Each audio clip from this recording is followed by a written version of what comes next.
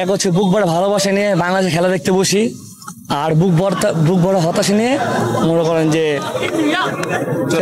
চলে যেতে হয়।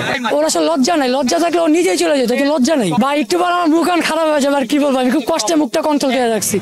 দলকে একটাই বার্তা থাকবে যে হারতেছে হারুক, একটু সম্মানজনক হারুক। গালি ব্যতীত কোনো কিছু ভালো কিছু বলার আমাদের নাই।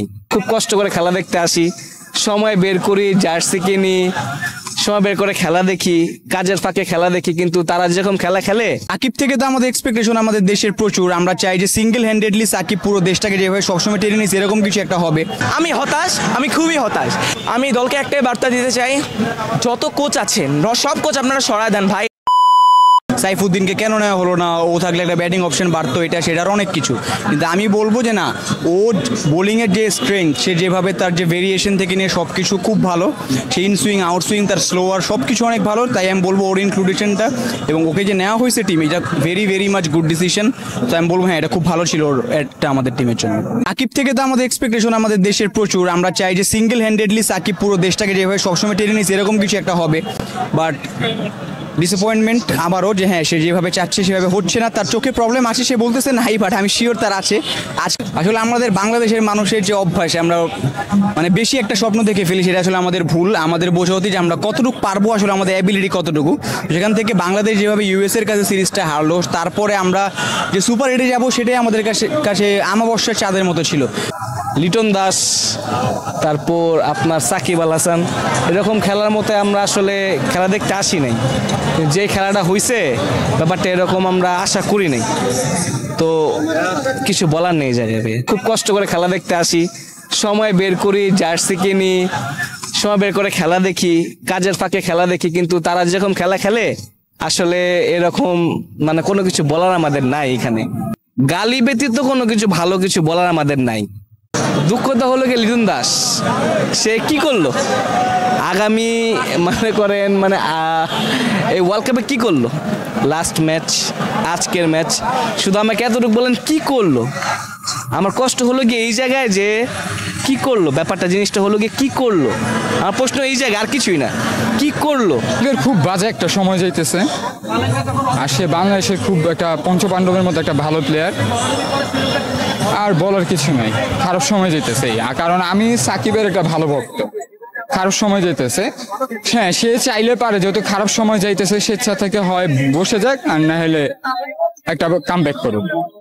তানজিদ তামিম ইয়াং প্লেয়ার, আর সে আন্ডার 19-এও ভালো খেলে আসছে, তাকে একটু সময় দিতে হবে। বাংলাদেশি প্লেয়ার তো হুটহাট করে পারবে না। দলকে একটাই বার্তা থাকবে যে হারতেছে হারুক, একটু সম্মানজনক হারুক, আর আফগানিস্তানের সাথে যেন জিতে। সুপার এইটে একটা জয় আমাদের কাছে অনেক কিছু। এক হচ্ছে বুক ভরা ভালোবাসা নিয়ে বাংলাদেশে খেলা দেখতে বসি, আর বুক ভরা হতাশা নিয়ে মনে করেন যে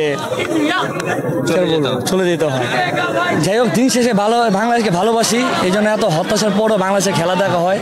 ঠিক আছে, এখন বাংলাদেশে আমাদের টি-20 খালি দেখি বর্তমানে আছে, ইয়াংগুলো মোটামুটি ভালো করতেছে। তার মধ্যে আমার এক্সপিরিয়েন্স কিছু প্লেয়ার এখন অনেক মিসিং, বিশেষ করে তামিম ইকবাল অনেক মিস করি তাকে।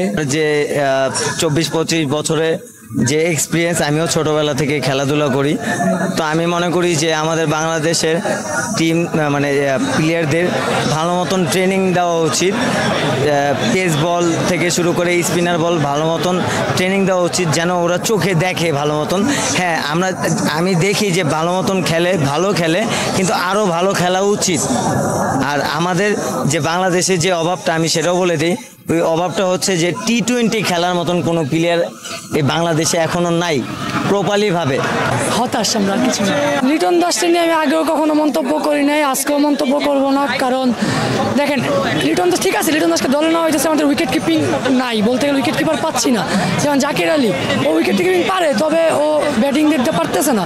তো আমার মতে আমি চাই এনামুল হক বিচারে কিন্তু নিতে পারতো চাইলে, কারণ ও অনেকদিন যাবত দলের বাইরে। আর লিটন দাস যদি এমন হতো 2-1 ম্যাচ খারাপ খেলে একটা কথা, ও প্রতিনিয়ত খারাপ ম্যাচ খেলতেই আছে, তো ওকে কেন চান্স দিতেছে জানি না সেটা। ওর আসলে লজ্জা নাই, লজ্জা থাকলে ও নিজেই চলে যেত, তো লজ্জা নেই ভাই। একটু বার আমার মুখ খারাপ হয়ে যাবে, আর কি বলবো, আমি খুব কষ্টে মুখটা কন্ট্রোল করে রাখছি। ও প্রত্যেকটা ম্যাচে ও রান পারে না, ও মাইরা আউট হয়ে যায়, তা না 14টা-15টা বল খেলে 2-4 রান করে আউট হয়ে যায়, এর তো কোনো মানে নেই ভাই। লিটনের ব্যাটিং সম্বন্ধে বলতে কি আসলে লিটন, প্রথম কথা হচ্ছে লিটন ফর্মে নাই। লিটন ফর্মে নাই দেখেই আজকে লিটনকে নিয়ে এত প্রশ্ন। যদি লিটন আজকে ফর্মে থাকতো তাহলে লিটনকে নিয়ে এত প্রশ্ন হতো না, তাহলে লিটন আজকে রান রেট দেখা যেত কোনো একটা মাঠে। লিটনের ফর্ম নাই দেখে লিটনকে নিয়ে সবাই প্রশ্ন করে। লিটন ফর্মে নাই, আমরা সবাই মানি লিটন ফর্মে নাই, কিন্তু যখন ফর্মে ছিল তখনকে কিন্তু লিটনকে নিয়ে অনেক মাতামাতি করছি, আমরা করছি, সাংবাদিকরা করছে, সবাই করছে, কিন্তু এখন তার ফর্মে নাই, সেজন্য নানান প্রশ্ন। তার উত্তর হচ্ছে গিয়ে লিটনের এখন উচিত 2-1টা সিরিজ তার মানে বসা উচিত, মানে নিজের রেস্ট নেওয়া উচিত, তার আবার প্রিমিয়ার লিগ খেলা উচিত। প্রিমিয়ার লিগ খেলে সে যদি তার কাছে মনে হয় যে সে স্ট্রাগল করে সে ন্যাশনাল টিমে খেলতে পারবে, তাহলে তার উচিত আবার নির্বাচক প্যানেল থেকে তাকে আবার জাতীয় দলে যাওয়া। তবে একটা কথা বলতে হবে, আমি হতাশ, আমি খুবই হতাশ। একটি সিনেমার ডায়লগ সম্প্রতি অনেক ভাইরাল হয়েছে, বাট এটা এখন বাস্তবায়ন হচ্ছে আমাদের বাঙালি কোটি মানুষের হৃদয়। আমরা দেখেছি আজকে যে ব্যাটসম্যানদের যে ব্যাটিং, আমার একটা কথা, আমার আমি নিজে ভাবতে পারতেছি না যে বাংলাদেশে ব্যাটিং কোচ রয়েছে, তবে কি তারা তাদেরকে শেখায় না কোনো স্কিল।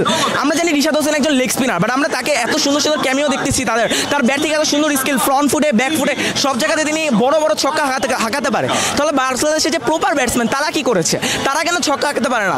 তাদের বেসিক্যালি কি জানেন, তাদের ডেডিকেশনটা নেই খেলা, যে আমি ঠিকই খেলবো। আমি দলকে একটাই বার্তা দিতে চাই, যত কোচ আছেন সব কোচ আপনারা সরায় দেন ভাই। আপনারা নতুন এমন কোনো কোচ আনেন যে কোচের নিজস্ব, আমরা আন্ডার-19 একটা কোচ দেখেছিলাম, আমাদের যে আন্ডার-19 বিশ্বকাপটা জিতেছি, ওই সময় আমাদের কোচ ছিল কঠোর। তার কঠোর আর কি, একটা প্লেয়ার যদি ধারাবাহিকভাবে খারাপ বাজে পারফরমেন্স করে, তার উপরে সে চাপ দিচ্ছে, মানসিকভাবে চাপ, মানসিকভাবে কোন সময় কেমন চাপ দিতে হয়, এমন একজন কোচ চাই আমরা।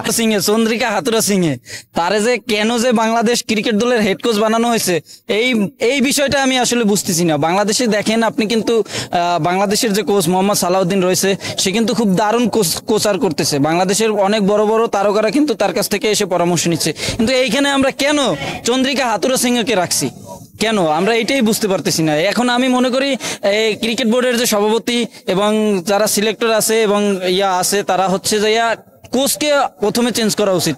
দলের কথা আপনি পরে বাদ দেন, কোচ আগে চেঞ্জ করা উচিত। চন্দ্রিকা হাতুড়া সিংহকে ওর দেশি